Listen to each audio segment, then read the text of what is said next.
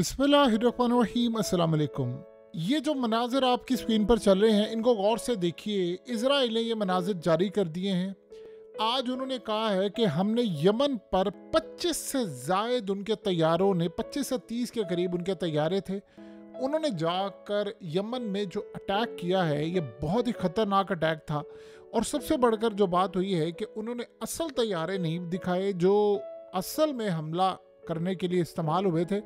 लेकिन हैरान कुन सूरत हाल ये है कि ये जो हमला करने के लिए उनके तैयारे गए थे उन्होंने जाकर सिविलियन एरियाज़ को हमला किया। और उसके बाद ये मनाजिर जारी होने के बाद यमन की जानिब से ऐलान हुआ है कि तैयारी पकड़ ले पूरी दुनिया, अब इजराइल पर जो हम अटैक करने के लिए जा रहे हैं ये आपने आज से पहले अटैक नहीं देखा होगा।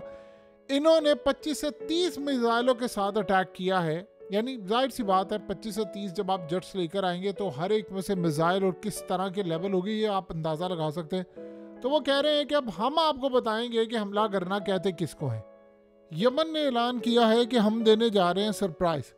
अब देखिए सबसे बड़ी बात यह है कि कौन सी ऐसी टेक्नोलॉजी का इस्तेमाल करने वाले हैं जो इन मनाजिर को धुंधला कर दे। देखिए सबसे पहली बात यह है कि इस वक्त उन्होंने लॉन्चर्स में अपने तमाम के तमाम जितने भी उनके मैक्सिमम जो मिसाइल मार सकते हैं वो उन्होंने डिप्लॉय कर दिए। इसके बाद उन्होंने कहा है कि हम देने जा रहे हैं सरप्राइज। सवाल ये है सरप्राइज क्या हो सकता है। देखिए एक तो वो इस्तेमाल कर सकते हैं ये अनसीन मिसाइल टेक्नोलॉजी। अब मिसाल के तौर पर हाइपरसोनिक मिसाइल तो वो इस्तेमाल कर रहे हैं, इसके साथ साथ वो लॉन्ग रेंज बैलिस्टिक मिसाइल भी इस्तेमाल कर रहे हैं। ये असल में वो इजराइल के डिफेंस सिस्टम को तबाह करने के लिए इस्तेमाल कर सकते हैं, लेकिन इस दफ़ा वो इसमें लगाएंगे ख़तरनाक न्यूक्लियर वॉरहेड। जो पॉसिबिलिटी है सरप्राइज दे दें, न्यूक्लियर शायद हो सकता ना करें लेकिन या बहुत ख़तरनाक कोई वॉरहेड लगा दें। लेकिन न्यूक्लियर तो अभी तक उन्होंने संभाल कर रखा है कि आखिरी लम्हात में, और ये भी पॉसिबिलिटी है कि ईरान का न्यूक्लियर वॉरहेड जो है वो आपको पता चले यमन के अंदर पड़ा हुआ है और वहाँ से वो हमला कर दें, क्योंकि रेंज तो उनको आ गई है। तो वो सबसे बढ़कर वो ऐसा न्यूक्लियर वॉरहेड मारें जिसके बाद हर जगह पर तबाही हो जाए। और उसके बाद वो स्टेल्थ कैपेबिलिटीज़ के ड्रोन्स इनको हिट कर सकते हैं, जिसमें मुसाद का वो हेडक्वार्टर हिट कर सकते हैं, इनकी फ़ौज का, इनकी एयरफोर्स का। और इन्होंने कहा था कि अब हमने उनके यानी मेन टारगेट नेतन्याहू और फ़ौज के सरबराह इन सब को टारगेट करना है। तो जिस तरह हम सब ने देखा कि लिबनान के ड्रोन्स जाते थे और वो जाकर बुरी तरह हिट करते थे, पॉसिबिलिटी है कि यही इनके जो स्टेल्थ फाइटर्स ड्रोन्स हैं वो जाकर इनको हिट करें। और इस सारी सूरत हाल में अगला जो लम्हा हो सकता है वो इनके क्रिटिकल इंफ्रास्ट्रक्चर, मिसाल के तौर पर इनकी पोर्ट्स को इस दफ़ा वो हिट कर सकते हैं। ख़ास तौर पर पोर्ट्स के साथ साथ अगर हम देखें तो इनके पास हिट करने के लिए और बहुत सारी सूरत हाल है। अब मिसाल के तौर पर पोर्ट्स के साथ ये एक काम कर सकते हैं कि इन्होंने रिसेंटली आप सब ने देखा कि किस तरह इनकी ड्रोन बोट्स काम करती हैं। उन्होंने ये आपको पता है रिसेंटली जो एयरक्राफ्ट कैरियर अमेरिका का था उन पर हिट किया था, तो ये ड्रोन बोट्स ने काफ़ी ज़बरदस्त काम किया था। तो पॉसिबिलिटी ये है कि अब डायरेक्ट जो ड्रोन बोट्स हैं या वो जो नेवल का, आपको पता है इनकी जो इंफ्रास्ट्रक्चर कितना ज़बरदस्त है, उन्होंने अमेरिका को यानी पूरी तरह तबाह किया था, वो इन ड्रोन बोट्स का इस्तेमाल करें इनकी पोर्ट्स पर जाकर, यानी हाइफा पोर्ट के ऊपर करें। इसके अलावा जो सबसे अहम सूरत हाल है वो अमेरिका का एयरक्राफ्ट कैरियर जो इनकी मदद करता है हमला करने में, उसको वो उड़ा सकते हैं। और क्योंकि इन्होंने हर दफ़ा कहा है कि हमने सरप्राइज़ देना है, देखिए जो इनके इराक के अंदर इलाइट यानी ख़ास तौर पर जो इत्तेहादी इनकी फोर्सेस हैं, प्रॉक्सीज हैं, वो इजराइल के ऊपर हमलावर हो सकती हैं और साइबर हमला भी किया जा सकता है। इनके नेटवर्क्स पर इनकी बिजली बंद की जा सकती है, कुछ भी हो सकता है।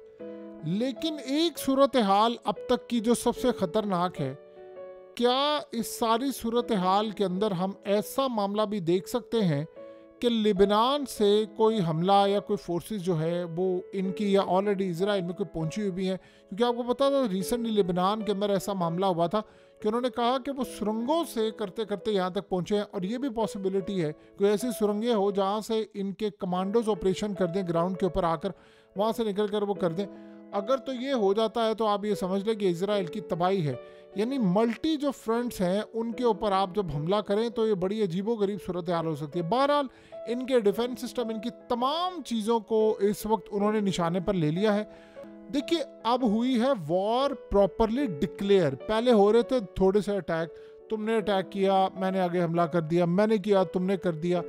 इस तरह के हमले हो रहे थे। अब होने जा रही है, मुकम्मल तौर पर वॉर डिक्लेयर हो गई है। अब उधर से आप देखिए नेतन्याहू ने कहा है कि हम उड़ाने जा रहे हैं इनके हौसियों के लीडर को। तो जब आपने ओपनली ये ऐलान कर दिया है तो अगलों ने भी आपको छोड़ना नहीं है। तो ये दोनों तरफ की जो जंग है ये तो अब उरूज पर जाने वाली है, तो उसके लिए आप और हम सब तैयार रहें। वॉर असल में डिक्लेयर हो चुकी है। देखिए आज सीन क्या हुआ है, आज अमेरिका का एक F-16 गिराया गया है यूक्रेन के अंदर। अब F-16 अगर आप गिराते हैं तो आप रिसेंटली एक और भी आपने देखा था, उससे भी एडवांस F-18 को भी गिराया गया था। और F-18 को गिराने के बाद जो टेक्नोलॉजी आई है उसके ऊपर अब शक ये किया जा रहा है कि ये रूस ने टेक्नोलॉजी दी है। सो सारी सूरत हाल में अब सबसे बढ़कर मामला ये है कि इजराइल के रेडार सिस्टम को इन्होंने कैसे बीट करना है। इजराइल के रेडार सिस्टम को आप बीट करेंगे तभी जाकर आप अगले लेवल पर कोई काम कर सकते हैं, कोई बड़ी हस्ती को इनकी टारगेट कर सकते हैं। लेकिन नेतन्याहू इतना ज़्यादा खौफ में है, खौफजदा है कि उन्होंने इसको अंडरग्राउंड इस वक्त मुंतकिल कर दिया और इनकी तमाम जो क़यादत है उनको अंडरग्राउंड मुंतकिल कर दिया है। लेकिन आप ये सोचें कि जैसे इन्होंने हमला किया और हमला बड़ा ख़तरनाक था, उस हमले के बाद इन्होंने आगे से जवाब दिया है कि तुम लोग इंतज़ार करो, अब हमारा जो सरप्राइज़ आएगा वो सिविलियन एरियाज़ पर भी होगा। उन्होंने कहा कि तुमने हमारे सिविलियन एरिया, जाहिर सी बात है जब आपने एयरपोर्ट पर हमला किया है और वो भी तब जब यूनाइटेड नेशन के लोग आए हुए थे, तो उन्होंने कहा हम भी सिविलियन इलाकों में हमला करेंगे। अब हो सकता है कि हम ऐसी ज़रूरत हाल का भी सामना करना पड़े दुनिया को कि आने वाले वक्त के अंदर इजराइल में तमाम स्कूल्स, कॉलेज, यूनिवर्सिटीज़, कारोबार सब कुछ मुअत्तल हो जाए, क्योंकि इन्होंने अब जो हमला करना है, आप पॉसिबिलिटी है लिबनान जंग को भूल जाएंगे। देखिए लिबनान जंग में होता ये था कि लो इंटेंसिटी के 400-500 आपने मार दिए और इजराइल ने भी जाकर हमला किया। इजराइल के तैयारे जाते थे, बॉर्डर क्रॉस करते थे, हमला करते थे, आ जाते थे।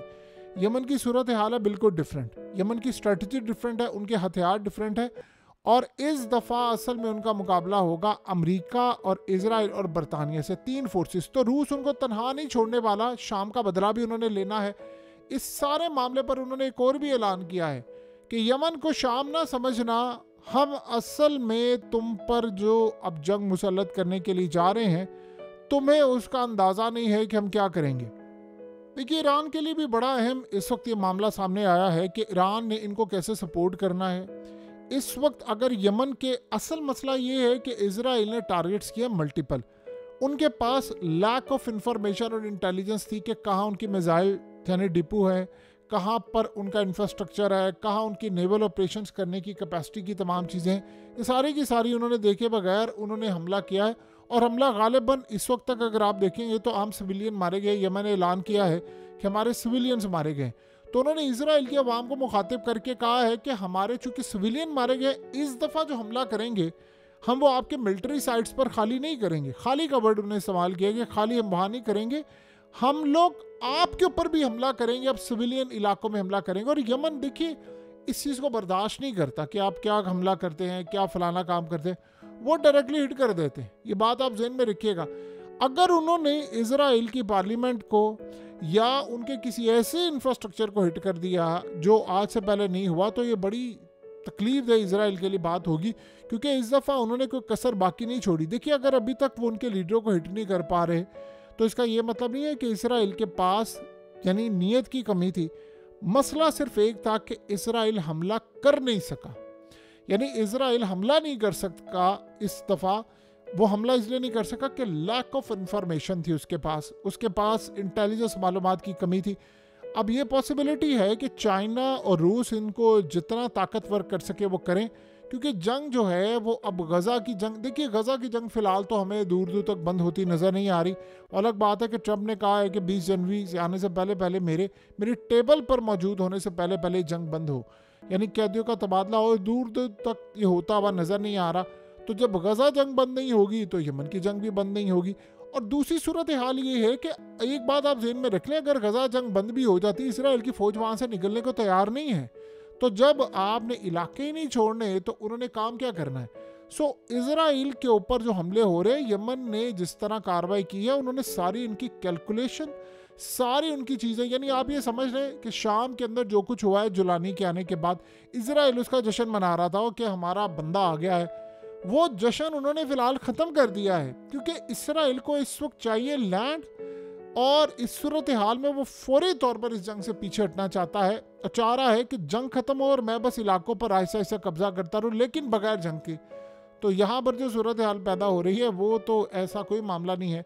चंद घंटों में क्या हमला होने जा रहा है, क्या सूरत हाल होगी, ये आप सब जानते हैं। लेकिन बड़ी तबाहकुन इस दफ़ा ये जंग है और ये डायरेक्टली वॉर यमन बमुकाबला इसराइल, अमेरिका और बरतानिया, 3 ममालिक है। देखना यह है कि रूस की टेक्नोलॉजी क्या काम करती है यहाँ पर।